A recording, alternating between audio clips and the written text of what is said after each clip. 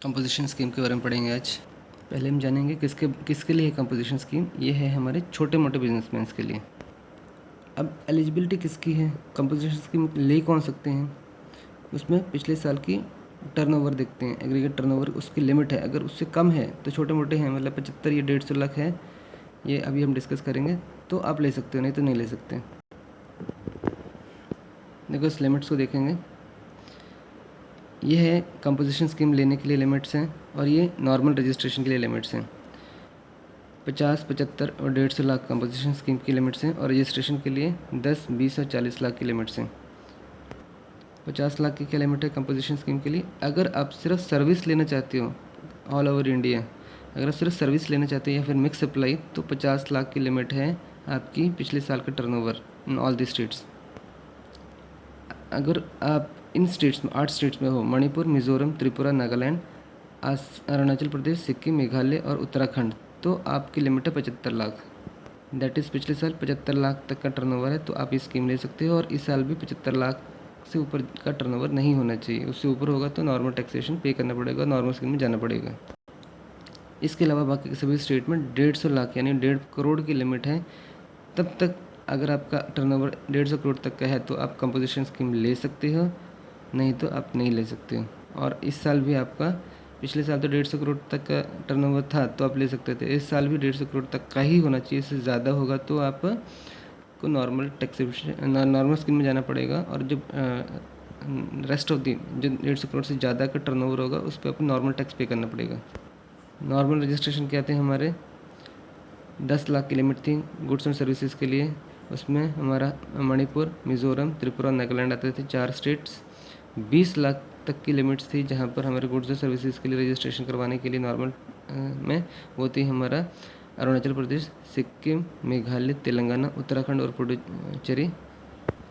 40 लाख के लिए थे अदर स्टेट्स थे, जिसमें कि सिर्फ सर्विस है अगर तो तब वो भी 20 लाख की लिमिट है। गुड्स एंड सर्विस साथ में दे रहे हैं तो 20 लाख की ही लिमिट है। और गुड्स PTI यानी पान मसाला, टबैको और आइसक्रीम, तो उसमें 20 लाख की लिमिट है। इसके अलावा और सिर्फ गुड्स, इसके अलावा जो भी गुड्स बचे हुए हैं इनके अलावा उसमें 40 लाख की लिमिट थी आपकी बाकी सभी स्टेट्स में। तो ये एग्रीगेट टर्नओवर निकालते कैसे, एग्रीगेट टर्नओवर कैसे निकालते हैं? देखो सारी की सारी आउटवर्ड सप्लाई, एग्रीगेट टर्नओवर होता है कि हमारा कितना हमने सेल किया है ना, आउटवर्ड सप्लाई हो गया, जितना भी हमारा एक्सपोर्ट कर दिया, जितना हमारा इंटरस्टेट सप्लाई हो गया। इसके अलावा एग्जेम्प्टेड सप्लाई भी सारी सारी हमने इंक्लूड करनी है। ठीक है, गवर्नमेंट कहती है तुमने एग्जाम्प्ट तो कर दिया हमने, लेकिन तुम्हारी सप्लाई तो है ना वो। एग्जाम्प्ट तो हमने कर दिया लेकिन तुम्हारी सप्लाई तो है ना वो। हाँ है, ठीक है, तो कैलकुलेट करना है क्या क्या ऐड नहीं करना है। Invert supply, obviously invert supply नहीं करनी है। RCM वाली भी इंक्लूड नहीं करनी है। टैक्सेस जिसका ITC मिल जाता है नहीं इंक्लूड करना है। सेस इंक्लूड नहीं करना है। इसके अलावा एक एग्जम्प्टेड सप्लाई इंक्लूड नहीं करनी है, जो कि है interest and discount of the loan and deposit under section 11 include नहीं करना है। इंटरेस्ट और डिस्काउंट ये ऑटोमेटिकली आ रहे हैं ना, तुम्हारे लोन या डिपॉजिट थे उस पर इंटरेस्ट, तुमने तो कुछ नहीं किया ना इसमें, ये अपने आप आ रहे हैं क्योंकि तुमने लोन दिया या फिर डिपॉजिट था उसके ऊपर आ रहे हैं, तो इसलिए इनको ऐड नहीं करना है। एग्रीगेट टर्नओवर में इंटरेस्ट और discount of the loan deposit section 11 वाले इंक्लूड नहीं करने हैं। ये डायग्राम देख लो, ये प्रीवियस ईयर है, हमारा करंट ईयर है, नेक्स्ट ईयर है। ठीक है, तुम यहाँ खड़े हो और तुम प्रीवियस ईयर में एलिजिबिलिटी चेक कर रहे हो, तो एग्रीगेट टर्नओवर कैलकुलेट करोगे और देखोगे कि तुम किसके लिए पहले एलिजिबिलिटी चाहते हो वो देखोगे। मैं सिर्फ सर्विस के लिए चाहता हूँ तो ये 50 लाख की लिमिट चेक करोगे।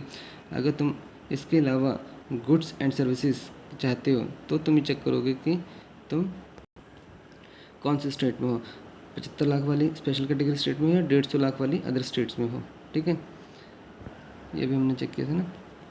तो ये 75 लाख और 150 लाख वाली जो है ये है सेक्शन 10, और जो सेक्शन ये 50 lakh only service mix supply वाले हैं सभी स्टेट्स के अंदर, वो है सेक्शन 10(2)A न्यूली इंसर्टेड है 2020 में। तो एग्रीगेट टर्नओवर कैलकुलेट किया तुमने और देखा कि तुम्हारा टर्नओवर आ गया, तुम्हारा 150 लाख के अंदर आ गया। मान लो अदर स्टेट्स में हो 150 लाख के अंदर आ गया, तो ठीक है, तुम एलिजिबल हो, तुमने ले लिया स्कीम।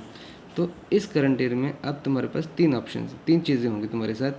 पहली बात तो है तुम अपना टर्नओवर देखोगे इस साल, एग्रीगेट टर्नओवर इस साल तुमने देखा तुम्हारा एग्रीगेट टर्नओवर आ गया तुम्हारा 180 लाख। अब 180 लाख आ गया तो सबसे पहले तो हम देखेंगे कि 150 से ही ज़्यादा हो गया, तो 30 लाख ज़्यादा हो गया। तो 30 कम कंपोजिशन स्कीम ले रखी है तो 180 माइनस 50, 150 यानी 30 लाख। 30 लाख तो तुम्हारा नॉर्मल टैक्स पे कर दो, ठीक है। नॉर्मल टैक्स हमारा जो भी 18% के हिसाब से है, जो भी तुम उसको टैक्स को तो पे कर दो, 30 लाख को तो पहले ख़त्म कर दो।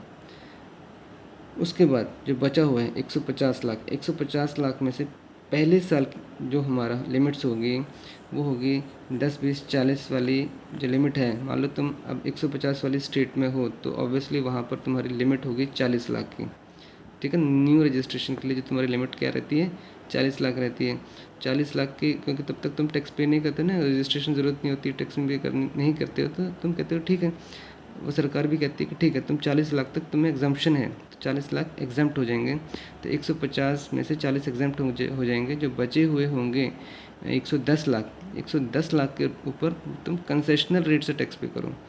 150 माइनस 40 यानी 110 के ऊपर तुम कंसेशनल रेट यानी 1%, 5% या 6% चलते हैं।